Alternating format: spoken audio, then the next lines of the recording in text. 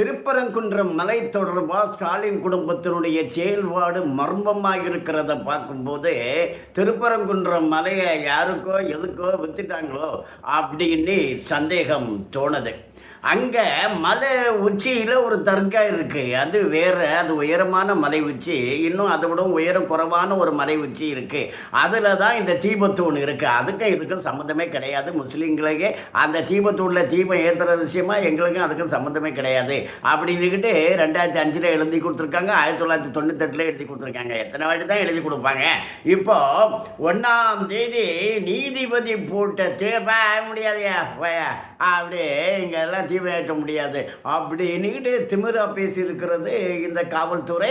அதற்கு ஆதாரமாக காரணமாக கருணாநிதி குடும்பம், ஸ்டாலின் குடும்பம் தான் இருந்திருக்கு. ஏன்னா திருக்கார்த்திகை அன்னைக்கு 3-4 மணி வரைக்கும் ரெடி பண்ணியிருக்காங்க. சாரை எல்லாம் கட்டி தூணில் தீபம் ஏற்றுறதுக்கு. திடீர்னு எங்கே இருந்தோ தகவல் வந்ததுனால அது ரிட்டர்ன் ஆகியிருக்காங்க.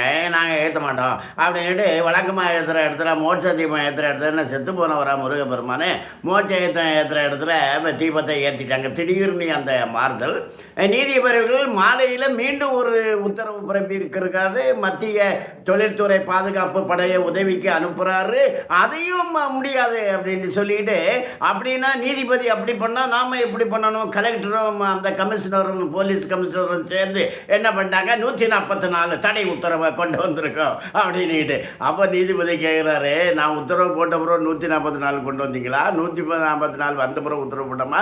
என்னுடைய உத்தரவு 144 தடைப்படுத்துமா அப்படின்னு எல்லாம் கேள்வி இருக்கு. மீண்டும் அடுத்த நாள் வந்து அவமதிப்பு வழக்கில் கூட தீமை ஏற்றணும் அப்படின்னு சொல்லிட்டா இந்த ஆணையர் லோகநாதன் கூடவே இருக்கணும், கமிஷனர் கூடவே இருக்கணும், இருந்து தீமை ஏற்றணும்னு உத்தரவு போட்டால் அதையும் முடியாது, நாங்கள் அப்பீல் பண்ண போகிறோம். அப்போ நீங்கள் அப்பீல் பண்ண போகிறீங்கிறதுக்காக இந்த செயல்பாடை தடுத்து நிறுத்த முடியுமா? அதனால் நீங்கள் வந்து இப்போ தீமை ஏற்ற முடியாது. நீதிபதி சொல்லியிருக்காருங்க உத்தரவு. அதுக்கு என்னங்க, அதெல்லாம் முடியாதுங்க, இங்கே நாங்கள் தான் அப்படின்னு சொல்கிறாப்புல. அப்படின்னு சொல்லணும்னா அது யாருடைய துறை? மு.க. ஸ்டாலினுடைய துறை. மு.க. ஸ்டாலினுடைய உத்தரவு இல்லாமல் அப்படி சொல்லுவாங்களா?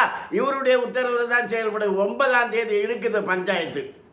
மீண்டும் நீதிமன்றத்தில் 9ஆம் தேதி இந்த வழக்கு வருது.